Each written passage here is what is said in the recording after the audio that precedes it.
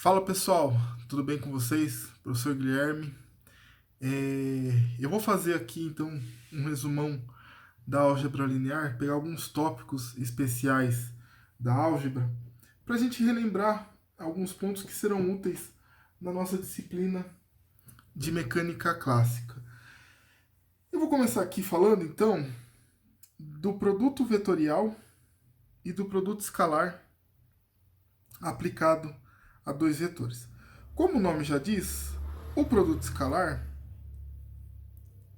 ele tem a função de transformar então dois vetores em uma grandeza escalar, em duas grandezas vetoriais em uma grandeza escalar. E o que é interessante para a gente observar, eu vou pegar aqui como exemplo dois vetores. Então, o vetor A, eu vou chamar ele do vetor 1 e 0, e o vetor B, eu vou chamar ele de 0 e 1. Se eu colocar, então, esses dois vetores num plano cartesiano, no R2, nós vamos observar, então, que esses vetores são perpendiculares. Ao fazer o produto escalar de dois vetores perpendiculares, então, A, produto escalar B, que é a mesma coisa que produto interno, tá? Então, o que é esse produto? Isso aqui é a somatória de AI, BI, tá? Com quantos termos ele tiver. Então, essa relação vai ser igual. O primeiro termo, que vai ser 1 vezes o zero, mais o segundo termo, que é o zero vezes 1. Então, A1 vezes B1, mais A2 vezes B2. Então, o produto interno de dois vetores é zero. Guardem essa informação, que isso aqui vai ser muito relevante para nós aqui no curso. O produto interno de dois vetores perpendiculares é igual a zero. E fica fácil para vocês provarem que se dois vetores são paralelos, o produto interno entre eles vai ser diferente de zero. Eu fiz isso para comparar agora com o produto vetorial. Vamos tomar aqui então dois vetores de novo, fazer o produto vetorial tomando esse mesmo exemplo aqui, ó. A, 1 e 0, B, 0 e 1. Mas aqui eu vou colocar essa relação no R3. Então eu vou transformar esse vetor aqui, não vou aumentar só um termo mais, 1, 0 e 0, e o B, 0, 1 e 0. O produto vetorial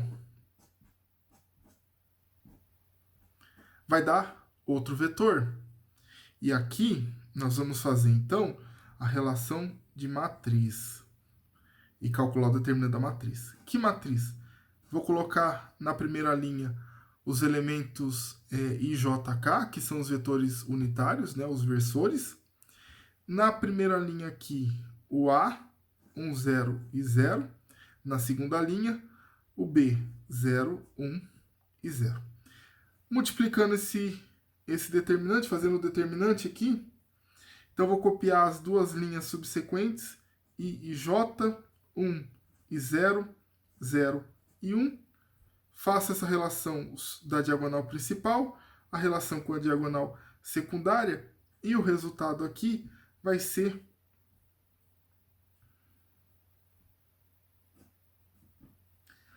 K. Olha que interessante. O produto, que eu vou chamar aqui vetor C, né, que é o produto vetorial de A por B, é o vetor 0, 0 e 1. Então eu tinha o vetor A, 1, 0 e 0, ele estava só no eixo X. O vetor B, 0, 1 e 0, ele estava só no eixo Y. O resultado, o produto vetorial deles, é um vetor no eixo Z, 001. Então, o produto vetorial de dois vetores perpendiculares nos retorna um vetor perpendicular aos dois ao mesmo tempo. Então, o resultado aqui é o vetor C001. E aí fica, então, a outra relação, que é se o A e o B forem paralelos.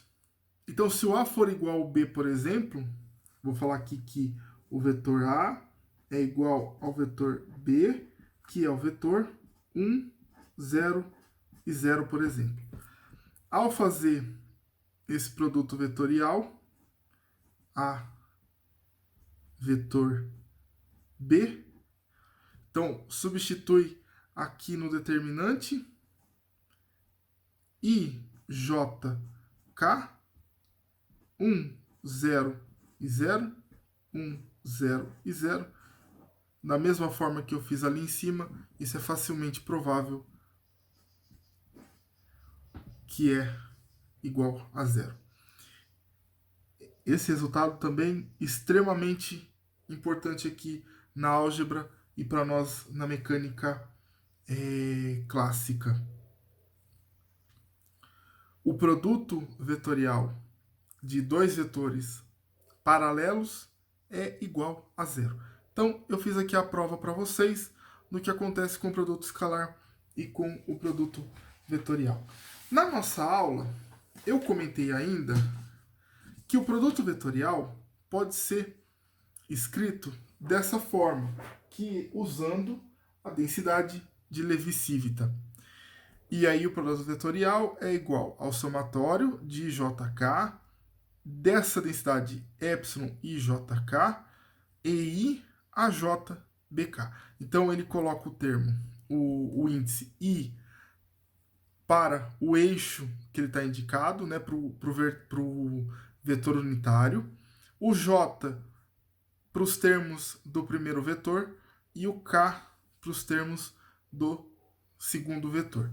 E aqui a relação e JK, se essa permutação aqui, se os termos IJK, se terminar com um número par, então ele fica com o número mais 1. Se terminar com um número ímpar, ele fica negativo. E se algum termo aqui for igual, por exemplo, o I é igual ao J, ou o I é igual ao K, ou o J é igual a K, esse epsilon na multiplicação dá zero. Então vamos fazer aqui uma relação de A e B. Eu vou tomar a matriz A, aliás, o vetor A, como sendo A1, A2 e A3. Esse é o vetor A. E vou fazer a mesma coisa para o vetor B. O vetor B, B1, B2 e B3. E vou fazer, então, o produto vetorial. A, vetor B. Em vez de eu usar IJK, eu vou usar os índices E1, E2 e E3. Aqui vem A1, A2 e A3. E aqui B1, B2 e B3. É idêntico o que eu acabei de mostrar para vocês no produto vetorial. Então aqui eu vou copiar do lado, E1, A1, B1, E2, A2, B2. Vamos fazer esse determinante. E1, A2, B3, mais E2, A3, B1, mais E3, A1, B2. Agora, eu vou descer a diagonal principal. E3, A2, B1, E1, a 3, B2. Lembre-se sempre que a diagonal principal ela inverte o sinal, né? Então ela vem negativa. E2, A1, B3. E embaixo eu vou colocar aquela densidade de Levi-Civita aqui. Epsilon e JK. 1, 2, 3. Epsilon, 2, 3 e 1. Epsilon, 3, 1 e 2. Epsilon, 3, 2 e 1. Epsilon, 1, 3 e 2. E Epsilon, 2, 1 e 3. Observa, em nenhum caso os índices foram iguais. Então, nenhum desses casos aqui, o epsilon vai ser igual a zero. Mas eu tenho aqui terminando em 3, então essa permutação é negativa. Aqui vai aparecer o sinal de negativo na frente. Esse aqui terminando em 1, essa permutação é negativa, sinal de negativo aparecendo aqui na frente. Essa permutação é positiva, mantém o sinal de positivo. Essa permutação é negativa, termina em 1. Só que tem o sinal de negativo na frente, então inverte aqui o sinal. Essa permutação é par, né? Ela termina em 2, então ela é negativa, inverte aqui o sinal também. E essa permutação... Aliás, essa aqui fica negativa, porque isso aqui é par, é positivo, positivo com negativo fica negativo.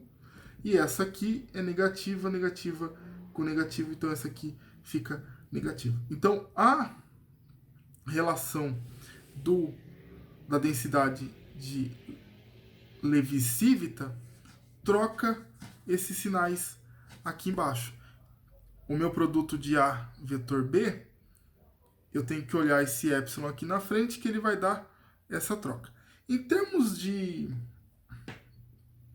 do produto, o que na verdade está acontecendo? Por que está aparecendo esses sinais de negativa ou positiva da densidade de Levi-Civita? Bom, se a gente pegar o R3, X, Y e Z, eles têm da origem o ponto que eles vão ser positivo e tem da origem os pontos que vão ser negativo. Então, o vetor que está resultando dessa multiplicação desse produto vetorial, ele é perpendicular aos dois, só que ele está no sentido contrário ao vetor unitário. Então, ele está recebendo o sinal de negativo. Se ele está no mesmo sentido, ele vai ser positivo. Se ele está no sentido contrário, ele vai ser negativo. Foi o que aconteceu no exemplo passado, que eu fiz aqui o produto vetorial dos dois perpendiculares, 1, 0, 0, 0, 1, 0. O resultado foi o termo K. Então, ele aparece na direção do K, no mesmo sentido do vetor unitário K. Então, o resultado é o vetor 0, 0 e 1. Então, o que significa esse sinal de negativo é aonde está aparecendo esse vetor. Se ele é contrário ou se ele é no mesmo sentido do vetor unitário. Para fazer aqui uma relação, fazendo o cálculo vetorial aqui na álgebra, eu vou pegar aqui um exemplo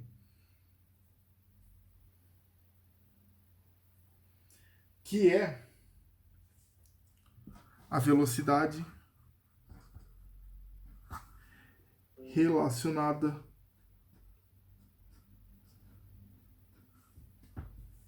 com a velocidade angular. Então, a velocidade linear relacionada com a velocidade angular. Vocês já viram isso no movimento circular uniforme, mas vamos supor que aqui eu não estou no movimento circular uniforme, que eu estou no movimento circular acelerado. Então, eu quero descobrir qual é essa aceleração. A gente faz, então, dv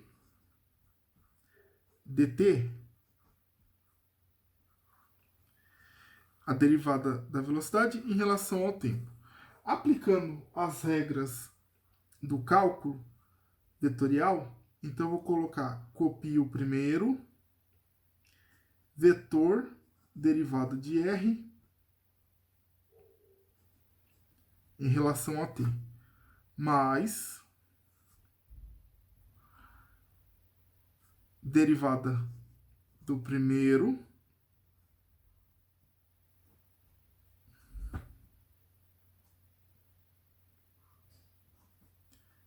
vetor R. Eu não me interessa aqui ainda o significado físico dessas duas quantidades. Eu vou falar disso mais para frente. Por hora, só estou mostrando como é que vai acontecer esse cálculo. E eu quero mostrar aqui para vocês só um detalhe que vocês já viram isso. A derivada da velocidade em relação ao tempo é a aceleração. Então, a derivada da velocidade linear em relação ao tempo é a aceleração linear. Isso aqui dá duas quantidades. Essa primeira, ômega vetor, vou escrever assim, ó, R ponto, que é dr dt, mais d ômega dt, eu vou escrever assim, ômega ponto vetor R. Ômega ponto, bom, o ômega é a velocidade angular.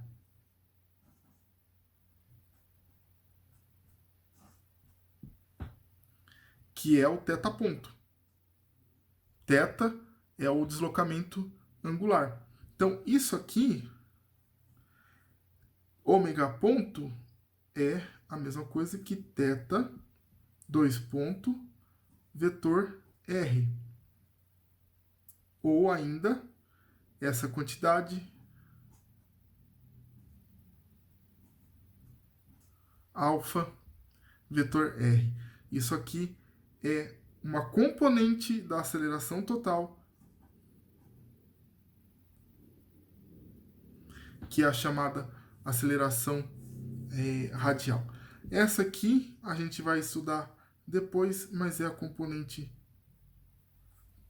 tangencial da aceleração. Então aqui só um exemplo como que a gente aplica o cálculo vetorial nos exemplos que vão aparecer aqui na mecânica clássica. E só para finalizar esse conteúdo, matriz transposta. Se eu tiver a matriz A dada por 1, 2, 3 e 4, para calcular a transposta, vou representá-la assim, com T inscrito em cima. O que é linha vira coluna. O que é linha vira coluna. Então, essa é a matriz transposta de A. A matriz 1, 2, 3, 4, a transposta dela é a matriz 1, 3, 2, 4. E a matriz inversa, bom, para calcular a matriz inversa, a gente sabe o seguinte. O inverso de um número vezes o número, então eu vou escrever assim, ó, 1 sobre x vezes x dá quanto? Dá 1. Essa relação também vale na matriz. Se eu tenho uma matriz A e multiplicar pelo inverso da matriz A, isso aqui é igual à matriz identidade. Ou ainda escrever assim, A menos 1 vezes A é igual a 1. Tá? Então, usando essa relação da matriz identidade, e a matriz identidade é aquela matriz que só tem a diagonal principal. Vou fazer uma matriz aqui de 3 dimensões, ela é essa matriz.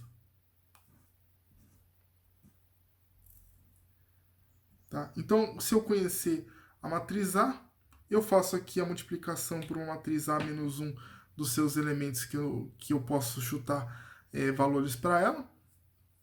Eu vou criar uma quantidade de sistemas lineares.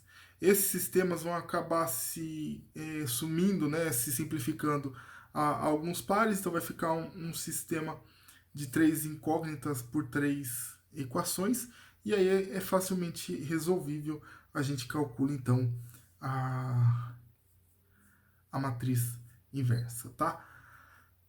Deem uma olhadinha em algum livro de álgebra, o livro do... Tem um livro famoso de álgebra que me foge agora, o Anton, que mostra esses cálculos. Deem uma olhadinha lá, peguem essa aplicação aqui para vocês fazerem. Confesso que matriz inversa nós não vamos trabalhar muito aqui no curso de mecânica clássica, mas é interessante vocês saberem porque isso aqui vai ser muito útil quando vocês estiverem começando mecânica quântica, e eu vou fazer essa transição da clássica para quântica lá na mecânica clássica 2. Pode ser que isso aqui apareça também um pouco no eletromagnetismo. Tudo que eu mostrei hoje aqui, vocês vão acabar vendo de alguma forma no eletromagnetismo. Então, essa é a aula de hoje, alguns tópicos especiais de álgebra. Na próxima aula que eu fizer aqui gravada, eu quero falar com vocês também um pouco sobre o cálculo aplicado, aquelas relações de gradiente, divergente e rotacional, e falar também de integrais, tá? Integral de superfície, integral de volume, e falar um pouquinho dessas quantidades e as relações que a gente pode fazer da ligação entre o cálculo vetorial, né, com essa questão das integrais, dos diferenciais com as integrais, que vocês vão ver isso também no Eletromag, talvez já tenham visto em Física 3, que são as chamadas equações de Maxwell, né, na forma diferencial e na forma integral, saber trabalhar com essas duas quantidades. Tá bom, pessoal? Então, até a próxima.